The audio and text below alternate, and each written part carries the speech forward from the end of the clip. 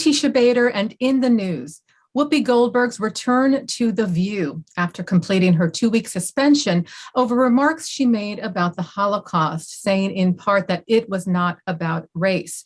In response to those comments, CEO of the Anti-Defamation League, Jonathan Greenblatt, spoke to The View and to Whoopi to correct, clarify, and educate on why those statements were false and harmful. And we are fortunate to have Jonathan Greenblatt here on JBS with us to discuss what happened, how he feels about it now, and to talk about his new book. Jonathan, thank you so much for taking the time to join us today. Well, thank you for having me here. I'm a fan of JBS, so it's great to be on the show. Thank you so much. So as I mentioned, just over 2 weeks ago, the hosts of The View were discussing the banning of the book Mouse, which is a cornerstone in Holocaust education, a graphic novel that was taken out of the curriculum by a Tennessee school board. During this discussion, Whoopi Goldberg made a comment saying the Holocaust is not about race, it's about man's inhumanity to man, saying this is two groups of white people. What was your response initially when you heard about this? Well, look, so stepping back, I think we need to recognize that this was happening on the heels of Holocaust Remembrance Day, late January, the anniversary of the liberation of Auschwitz. And I think we're living in a time when we're seeing the twilight of our Holocaust survivors, as unfortunately more and more of them pass. And we've learned the hard way, the Jewish people, that memory is essential, to understanding our world and to make sense of the past so we can protect our future. So all of us in the organized Jewish community, all of us in the broader Jewish community certainly do focus on these issues of memory. And we know that the Shoah, the systematic annihilation of the Jewish people, was this singular evil in the history of humanity. Never before had this kind of transnational campaign been committed with the intent of exterminating a people. And if we step back and try to understand, well, why did Hitler do it? There can be no justification, clearly, no rationalization. But in his twisted worldview, he promoted the very racist idea that somehow the Aryan master race needed to destroy the subhuman Jewish race. I mean, in so many of his public proclamations, at the core of the Nuremberg laws, if we try to even read Maus itself, Teisha, the first page of the book, quotes Adolf Hitler as saying, the Jewish people are certainly a race, they are just not a human one. And while if we then try to take that knowledge, that information, those facts, and bring it to The View, I think Whoopi Goldberg was talking about race in a very contemporary context, as in so often the public conversation about race in America in the 2020s is very much about race in the context of Black versus white. The subjugation of Africans, hundreds of years ago, and their subsequent enslavement, and then the legacy of systemic racism we still live with. That is a fact, right? I believe systemic racism is real. You can look at the data, all the indicators show us, and yet to somehow think that's the only time that race has mattered in the annals of history, or let alone in recent history, is just dead wrong. And so when she said it's white on white, I mean, Teisha, give me a break. I mean, we know as Jews that we're a multiracial Jewish community to begin with. We know as Jews that we have Black Jews and brown Jews and Asian Jews and Mizrahi Jews and Sephardi Jews and Ethiopian Jews and Bukharan Jews and so on and so forth. We have our own diversity. But I think we also know that anti-Semitism is at the beating heart of hate. And whether it's, white nationalists on the right, or it's radical anti-Zionists on the left, or it's, Nation of Islam members, or some, Messianic faiths, so often they have the Jews in their crosshairs. So I don't care how you vote. I don't care where you pray. I don't care where you're from. I care what you value. And if you value decency and respect and tolerance, anti-Semitism has no place, period. And that's why I called out Whoopi Goldberg the way that I did. And you called her out, and then you were invited on The View the next day. Mhm. So she initially apologized, and she quoted you. Mhm. Then you came on The View the next day, and I believe she apologized again. Yeah. Were you satisfied? You write about how it was important for you to forgive her. Well, I guess there's two. There's a Jewish value here, and then there's an ADL practice. There's the Jewish value of teshuvah, which is this notion of repentance, this acknowledgement that we're all fallible, that we all sin, and that we all need to account for those sins and can do so by acknowledging them and asking God for forgiveness. So I think that is a Jewish value that's immemorial, right? It is embedded in our teachings and in our Torah, and so important to so many aspects of our practice of our faith. And so, yeah, when she apologized, again, and so many times before Whoopi Goldberg, whether it was Myers Leonard, a basketball player who made a really nasty anti-Semitic comment playing video games last year that was reported, or Nick Cannon, who was an entertainer who was entertaining some obnoxious anti-Semitic ideas by members of the Nation of Islam, or so many others. When someone apologizes with sincerity, Teisha, in an authentic way with a desire to do better and learn, I think it's incumbent to accept that. Now, I'll also say that at ADL, we deeply believe in this practice. So you have serial offenders who may faux apologize, but who seem constitutionally incapable of any real contrition. And I think of people like Louis Farrakhan, Mel Gibson, I would say Tucker Carlson. I would say there are others who are informed or alerted why this trope is problematic, that it invokes anti-Jewish stereotypes, that there's an ugly history behind it, or they said something really offensive, and they ignore it. For those people, like, I don't accept a faux apology, like I just said. But for those who do it with sincerity, for those who do it, like Abe Foxman before me, my predecessor, who, a giant who led ADL with such strength and integrity for decades, I believe in that practice too. So we try to apply that here. And look, I think it was very advantageous, Teisha, that she did apologize and invited me on the show, and we could talk about the Shoah in front of her millions and millions and millions of people. I mean, this is one of the most watched programs in daytime television. So that was a learning opportunity, and we tried to take advantage of it. Absolutely. And I want to get back in a minute to what you're talking about as far as forgiveness and giving people the opportunity to engage with you and be educated. But I just want to get back to her comments for a second. The media sort of picked up on that phrase. She said the Holocaust is not about race, which was clearly offensive and absolutely false, as you said.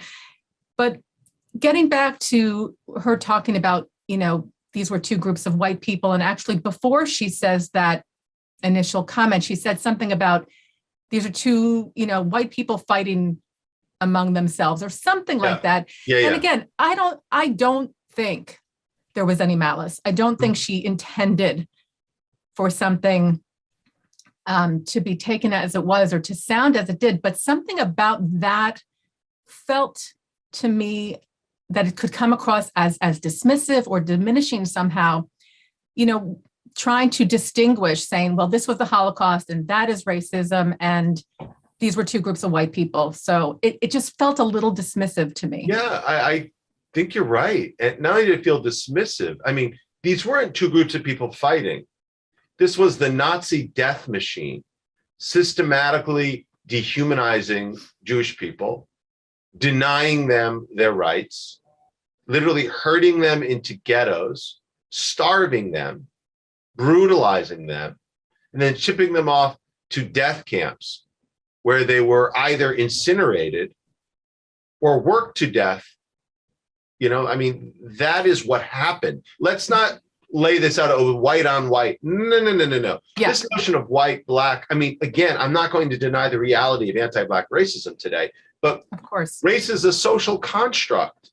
So today we think about it like that. The Nazis thought about it in terms of Jews. By the way, ask any white supremacist today Ask any of the far-right extremists today, they will tell you, oh yeah, the Jews are a race. Just ask them. And in fact, part of their animus towards us, Teisha, is that because so many of us present as white, quote unquote, they think we can hide our race. I mean, that is at the nub in many ways of their hatred toward Jewish people, because they think we are a race, and yet one that doesn't have the same physical characteristics as Black people, which makes us more difficult to spot in their twisted, demented worldview. So, yeah, I mean, you're right to drill down on that because it was deeply offensive. At the end of the day, we should, as we've done at the ADL for over 100 years, we fight anti-Semitism in all forms of hate. And again, Whoopi Goldberg and other public persons need to realize that Jewish people still find themselves the victims of hate. And sometimes it is brutal and homicidal and horrible, like the murders in Pittsburgh or in Poway or in Jersey City or in Muncie or in Oak Park, or I could go on. And sometimes it's obvious and visible, like the assaults in Brooklyn, like the flyering in cities across the country, And sometimes it's more subtle kind of harassment, like, again, what we see happening, we're tracking record levels of anti-Jewish harassment across the country. And sometimes there are like microaggressions, a term that's very much in vogue, like dismissing Jewish pain, like, suggesting as if it's white on white. It's not really, it's a conflict between two people. So I think there's a span of anti-Semitism. There's a spectrum. All of it is problematic. Whether or not people are being murdered in the pews where they pray, or they're being kind of metaphorically denied their rights, all of it, I would suggest, we need to call out. And just when you speak about, are Jews a race? What are we? Are we a people? Are we an ethnic group? Are we a religion? I've heard from different people that sort of started a conversation among Jews themselves on this issue. Did you hear any? Were you aware I heard of any? Lots. Yeah, I heard from people all over the country. I get emails, I get text messages. People call me. I heard about it lots. I mean, I heard some people say we're not a race. Like Hitler said we were a race, but we're clearly a religion. So don't call us a race. I heard other people say, that was exactly right. We are an ethnicity. Is that really a race? I'm not sure, but we're an ethnicity. Other people said, yeah, we're a race and we need to acknowledge that. I had other people say, look, I'm just a cultural Jew. For me, it's like the things that I do at home. I don't even believe in God. I mean, I've heard everything. Look, Jews are complicated. I think that if I might, for a minute, I think we think about racism, like hating people because they're perceptibly different, as being all about, again, the way in America, in our history, it's about how you present, how you show up. And there is a reality of white supremacy, and there is a reality that people who are brown or people who are Black or people who are Asian, or by the way, Native American, that they're considered lesser. If you go back to the 20th century, Jews and Irish and Italian immigrants in the first half of the 20th century were considered to be of a different race.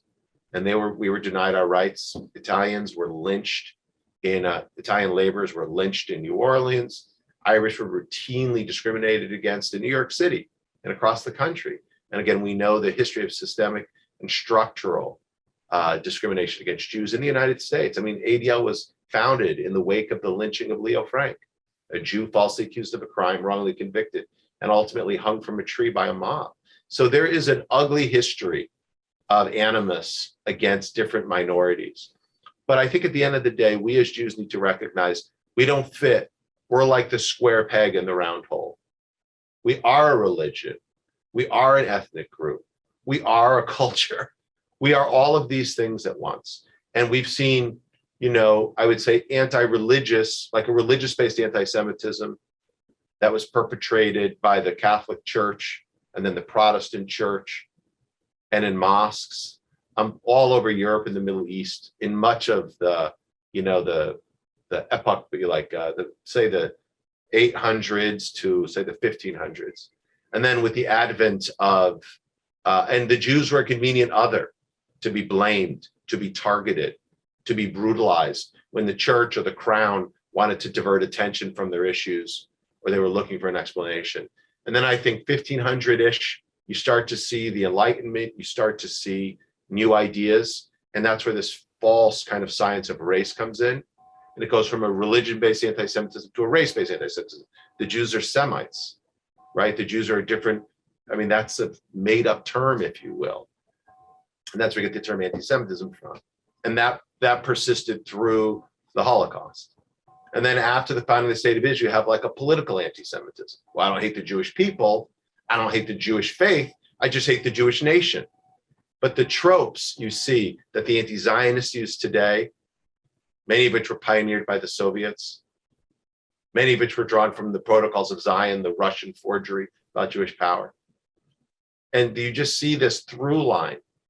So whether you say you hate the Jewish faith, or you hate the Jewish people, or you hate the Jewish state, all of it is a problem for us. So let's talk about your book, which deals with a lot of what we've been speaking about. It is called It Could Happen Here. I'm glad you have a copy. I did, and I really, I found it really interesting. When did you start writing this, and was there a specific impetus that pushed you to decide to write a book? Well, it's a good question. I mean, I think this has been a very tumultuous ride over the last 6.5 years at ADL. When I took this job, I was coming out of the West Wing, and people thought, why are you going to ADL? Like, these issues of anti-Semitism, it's in decline. And even hate. Barack Obama was elected president. Like, things are getting better. Is that really the place you want to go? And sure enough, nobody asks those questions anymore. I mean, from 2015 to 2020, anti-Semitic incidents has more than doubled in the United States. We've hit record numbers in 2019 and 2020. We're still tabulating 2021.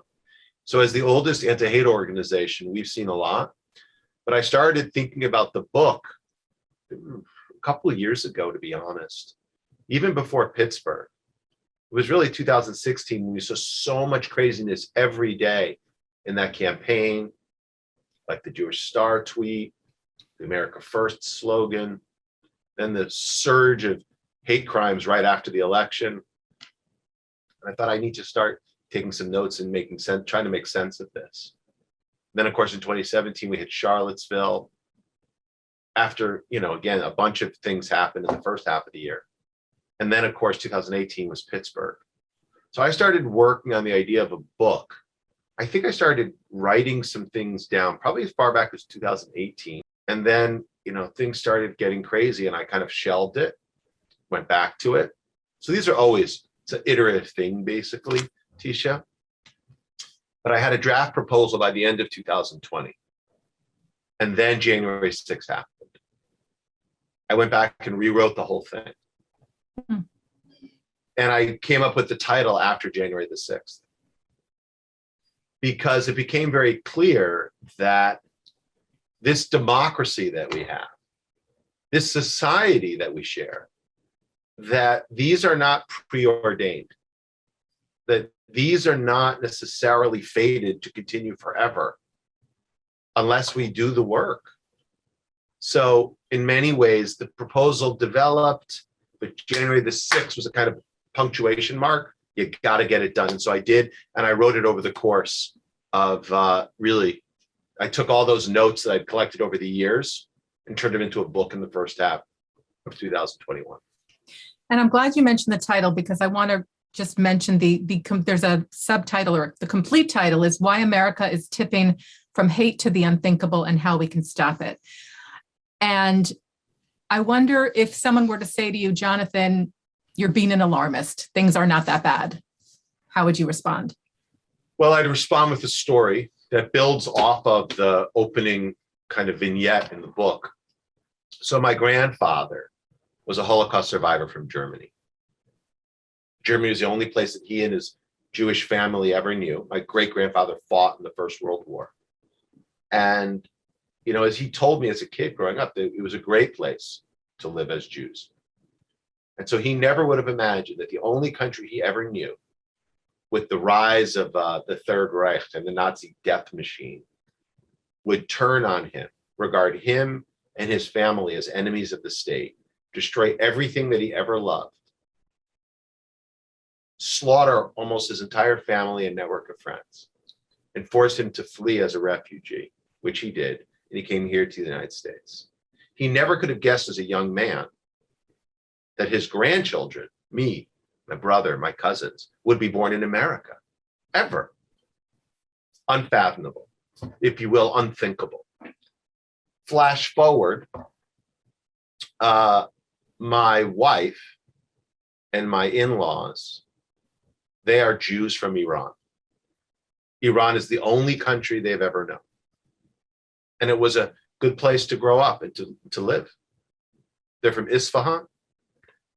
And then, wouldn't you know, with the rise of Khomeini and the Islamic Revolution and the fascist fundamentalist regime,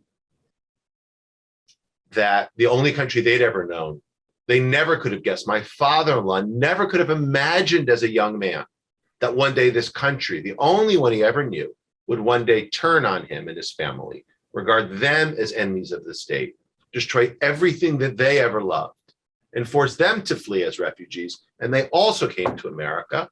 I mean, my father-in-law as a young man never could have guessed that his grandchildren, my kids, my nieces, my nephews, would be born in this country, Teisha.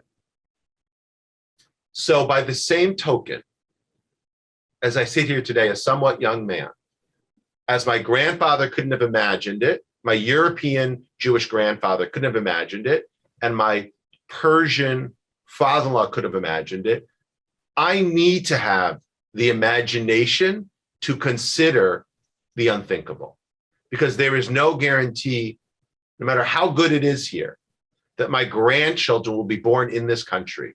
My grandfather's experience 70 years ago, my father-in-law's experience 40 years ago, tells me that as a Jew who's aware of his own family's history, let alone the suffering of our people for millennia, that we have no guarantees. And so I really wrote this book to call out the fact that the unthinkable can happen even here where we think it's so good, and it is good. This democracy is more fragile than we appreciate, and that's why I wrote the book, to wake people up, because again, it could happen here unless we stop it. And you talk about the fact that we're not at that point, like you just said, but that if we continue going down a specific path and allow hate to be unchecked, things can spiral, things can unravel. Yes. And you present a pyramid of hate in the book to kind of explain how one thing can lead to the next thing, to the next thing. Talk about the very bottom of that pyramid for a minute, because I think this is particularly tricky in our day-to-day lives when we come across someone saying something inappropriate. Maybe it's not the worst thing in the world, something somewhat biased. Look, to address it, what are the steps we should take? And because it's a tricky thing to navigate sometimes. Sure. So I would say right off the bat that hate is a corrosive force. Hate is like an acid that eats away, like at the fabric of society, slowly deteriorating it. And then it goes slowly until it goes fast. It starts with what we have at the bottom of our pyramid of hate, biased attitudes, which could be like stereotyping or fear of differences or making biased comments or, seeking out information to conform to the way someone thinks. Now, biased attitudes don't necessarily lead to violence, but if unchecked, biased attitudes can take hold. Like, for example, Teisha, the idea that all Jews are wealthy. Jews control the media. Jews are responsible for the world's wars. We know as Jews the danger that happens when anti-Semitic tropes settle in, seep into the bloodstream, and they affect the whole body politic. We've seen that here in this country. We have extremists on the right who engage in stereotyping about Jews controlling events from behind the scenes. The Rothschilds, they used to say. Now they say Soros or Adelson are somehow manipulating events. And we see it from Jews on the far left. They don't say it's the Jewish people, they say it's the Jewish state that's controlling things from behind the scenes, manipulating Congress, changing things. I mean, when we don't challenge those attitudes, when we don't call out those biases, they can harden and calcify into the conventional wisdom. One other thing I want to get to, which is kind of the flip side of the pyramid, is when we spoke about Whoopi Goldberg and other instances of people saying things that are inappropriate or offensive or hateful or inaccurate, you call it out as the ADL, you reached out. This idea of council culture, which I think is so interesting and important, as opposed to cancel culture, which we're seeing so much today. Explain why council culture, in your mind, is the better option.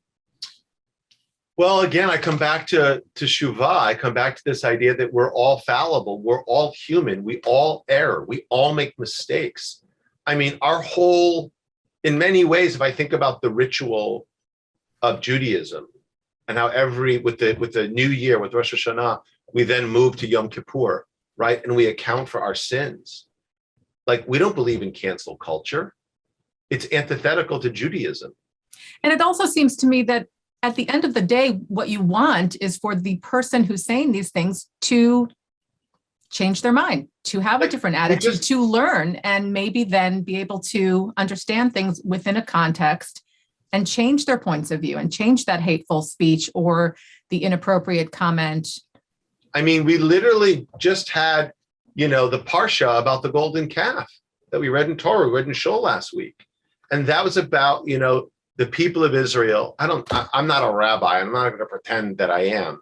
But that was all about, again, a grievous error, when Moses was on Sinai, and then he called the Jewish people to account for it. And, there was this act of repentance, if you will, where they recognized the ill of praying to this idol.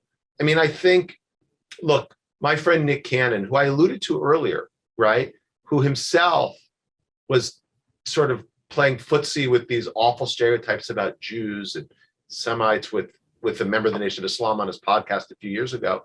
He's the one who shared this idea with me. We don't need a cancel culture. We need a council culture. And I believe in that, because even though we didn't use that term at ADL, we believe you call people in rather than just call them out. We've always done that. It's a Jewish value, I think. And so if we can shift to a council culture, we can help people understand when they do wrong, and we can help them to do better. Now, I just want to say, this is not political correctness. This is not saying that we need to police ourselves, but we do need to have the kind of moral imagination to understand and walk in another's shoes. We do need to have the empathetic capacity to realize how other people hear and feel what we say and what we do. And we need to have, I think, there are some moral absolutes. I'm not a moral relativist at all. I think there are some real hard truths. Anti-Semitism is wrong, period. And you might not like some things that the state of Israel does, but that does not give you the right to demonize it, to delegitimize it, to dehumanize Israelis. Like, that is wrong. Making unhinged comments, like Israel's keeping Palestinian children in cages, like AOC said. There's no truth to that. There's no evidence of that. There's not a scintilla of fact to that statement, not a shred. Or these other statements that she made that you can't talk about Palestine. Palestine and the Middle East conflict is the most talked about geopolitical conflict in the world. So I say all this to only make the point that whether you come from the right or the left, whether you couch your anti-Semitism and your bias and your acts of bias in the veneer of political correctness, all of it is wrong, and it needs to be called out clearly and consistently and unequivocally by people on all sides. No moral relativism.